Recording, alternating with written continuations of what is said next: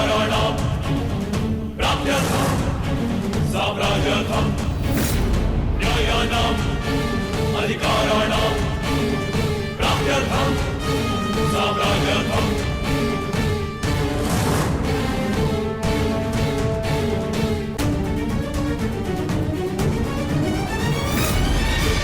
न्यायस्य अन्याये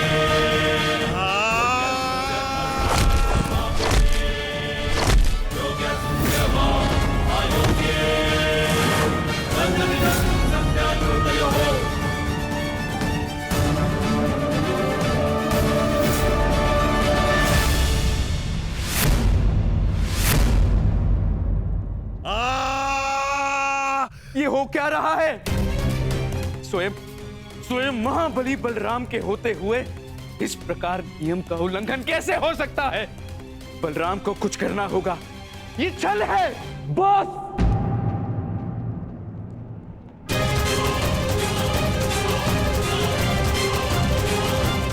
नियम भंग हुआ है।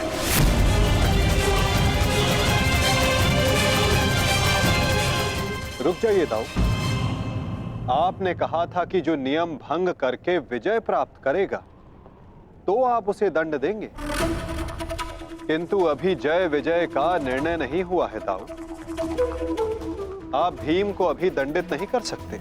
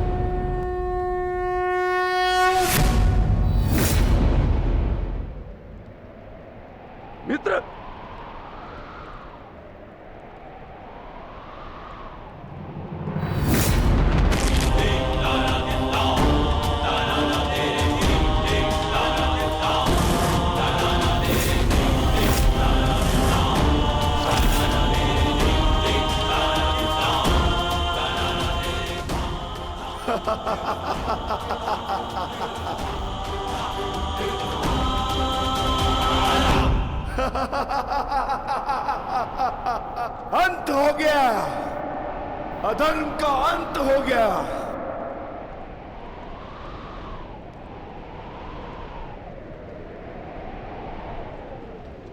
ज्येष्ठ, पांचाली से कहना मैंने अपनी प्रतिज्ञा पूर्ण कर ली।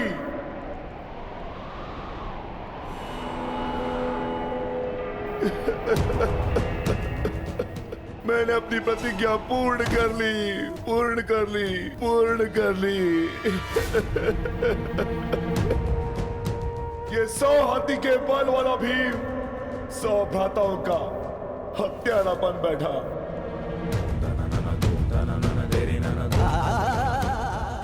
आज ये देवपुत्र अपने भ्राताओं का रक्त पीने वाला राक्षस बन बैठा।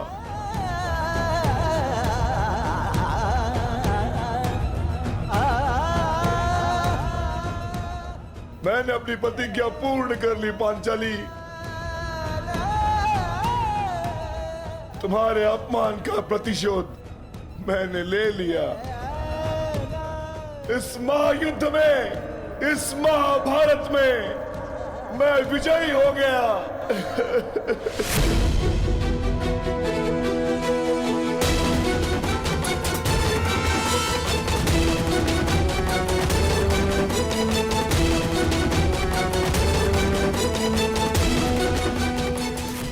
इस महायुद्ध में, इस महाभारत में मैं विजयी हो गया।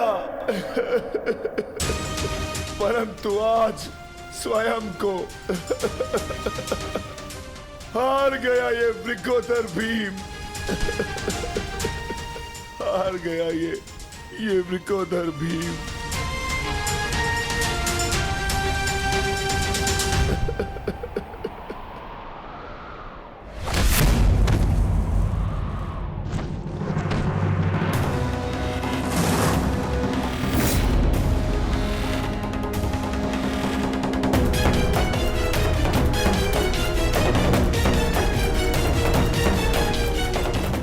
मैंने कहा था ना भीम, यदि किसी ने नियम तोड़कर विजय पाई तो मैं स्वयं उसके प्राण हर लूंगा।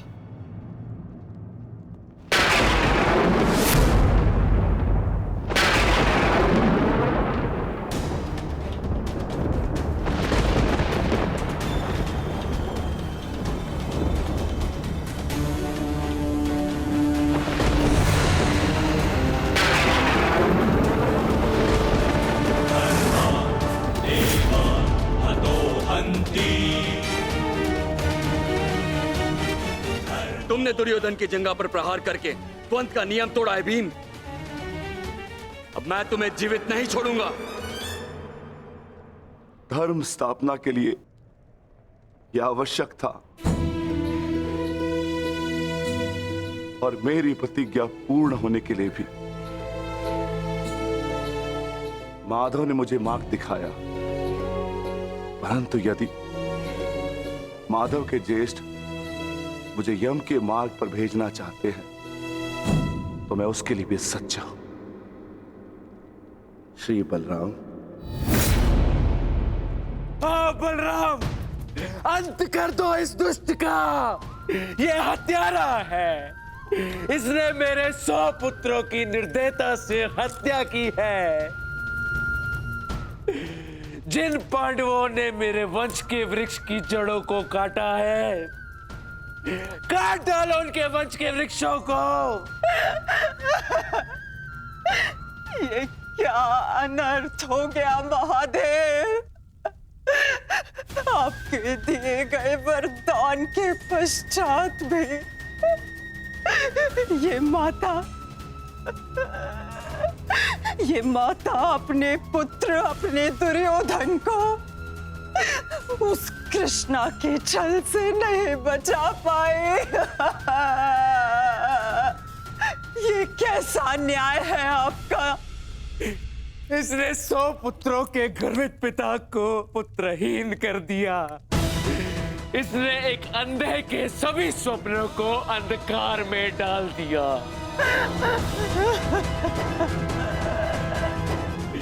अंत कर दो इसका। मार डालो इसको अंदर।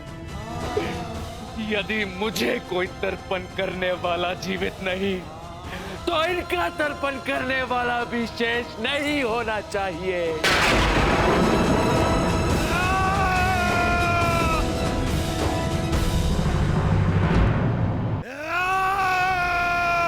एक क्षण रुक जाइए दाऊ।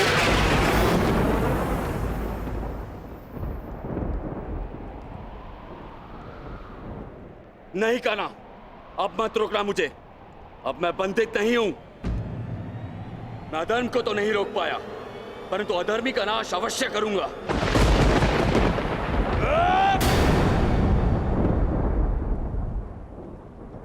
किंतु अधर्म कहां हुआ है दाऊ?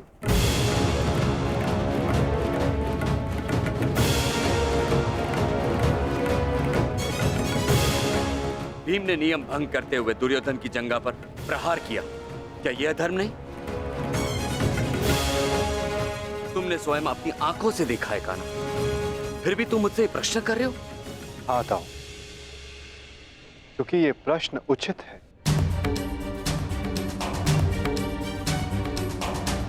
माना कि गदा युद्ध में कमर से नीचे प्रहार करना गदा युद्ध के नियमों के विरुद्ध है, परंतु गदा युद्ध तो तभी समाप्त हो गया था दाऊ, जब दुर्योधन ने भीम के हाथों से गदा गिरा दिया था। किंतु उसके पश्चात क्रोध के कारण दुर्योधन निहत्थे भीम पर निरंतर गदा से प्रहार करते रहे। क्या यह उचित था दाऊ?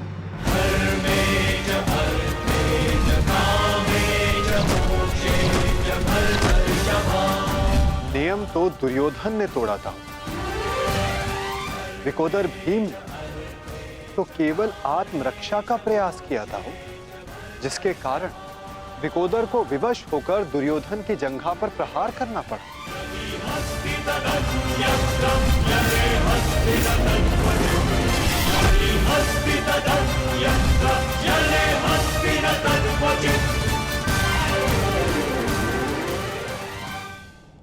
और दाऊ, स्मरण रहे, नियमों को भंग करना तो दुर्योधन ने प्रारंभ किया। दाऊ, जब दो योद्धा आपस में युद्ध करते हैं तो वो एक दूसरे को उकसाते हैं, किंतु किसी की कुल वधू का मान मध्य में लाना और उसका अपमान करना क्षमा योग्य नहीं होता है दाऊ। आप क्या चाहते थे दाऊ? कि दुर्योधन इस युद्ध में विजयी हो जाए और पांचाली को अपनी जंघा पर बैठा।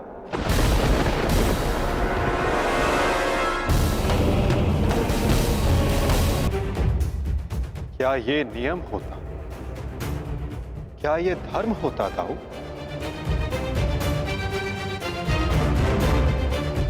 यदि ये दोनों युद्ध करना चाहते हैं तो करें। इस युद्ध का निर्णायक मैं बनूंगा। और स्मरण रहे, जिसने भी इस युद्ध में नियमों का उल्लंघन करके विजय पाई, उसे मैं स्वयं अपने हल से समाप्त कर दूंगा।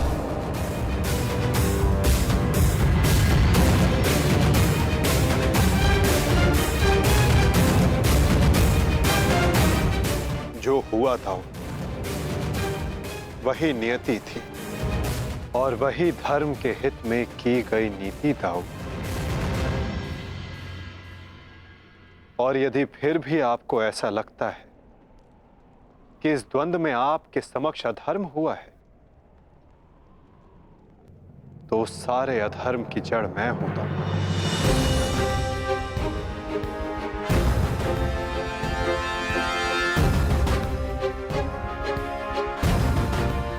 तो पहले मेरा संहार कीजिए दाऊ। मैं इस दंड के लिए प्रस्तुत हूं।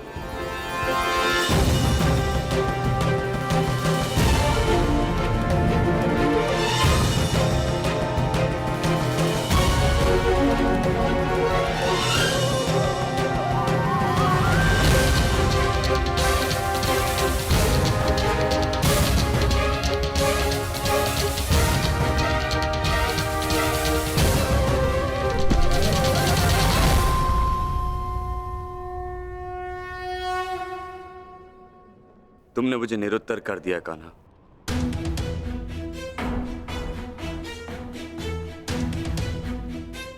परंतु निराश मैं अभी भी हूं। भले ही दुर्योधन हार गया, परंतु मेरी दृष्टि में आज भी वो मेरे पश्चात संसार का सर्वश्रेष्ठ गदाधारी रहेगा।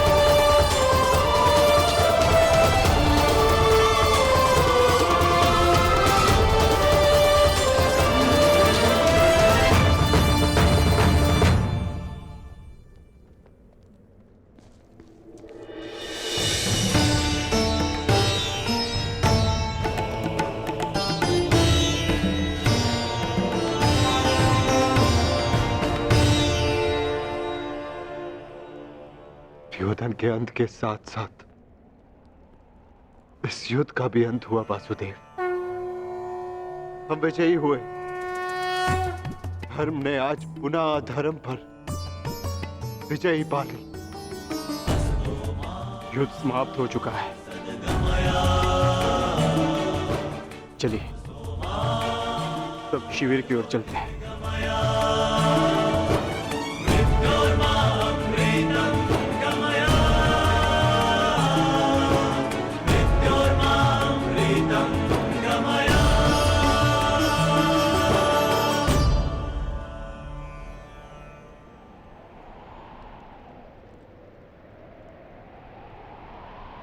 युद्ध अभी शेष है धर्मराज।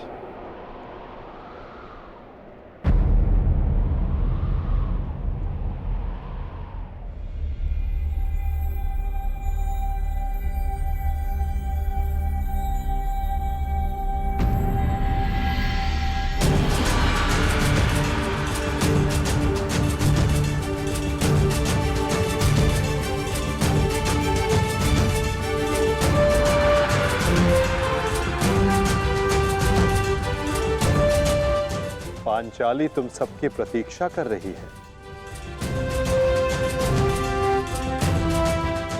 जाओ।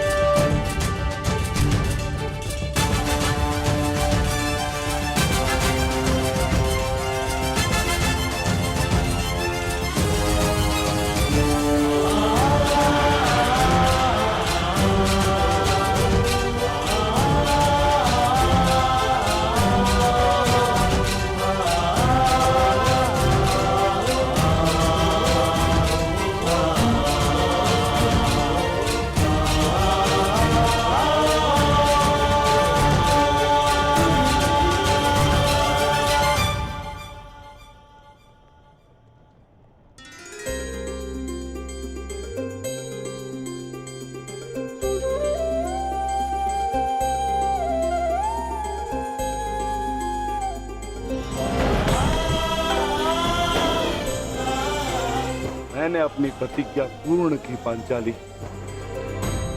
वचन के अनुसार मैंने 100 कौरवों का वध कर दिया।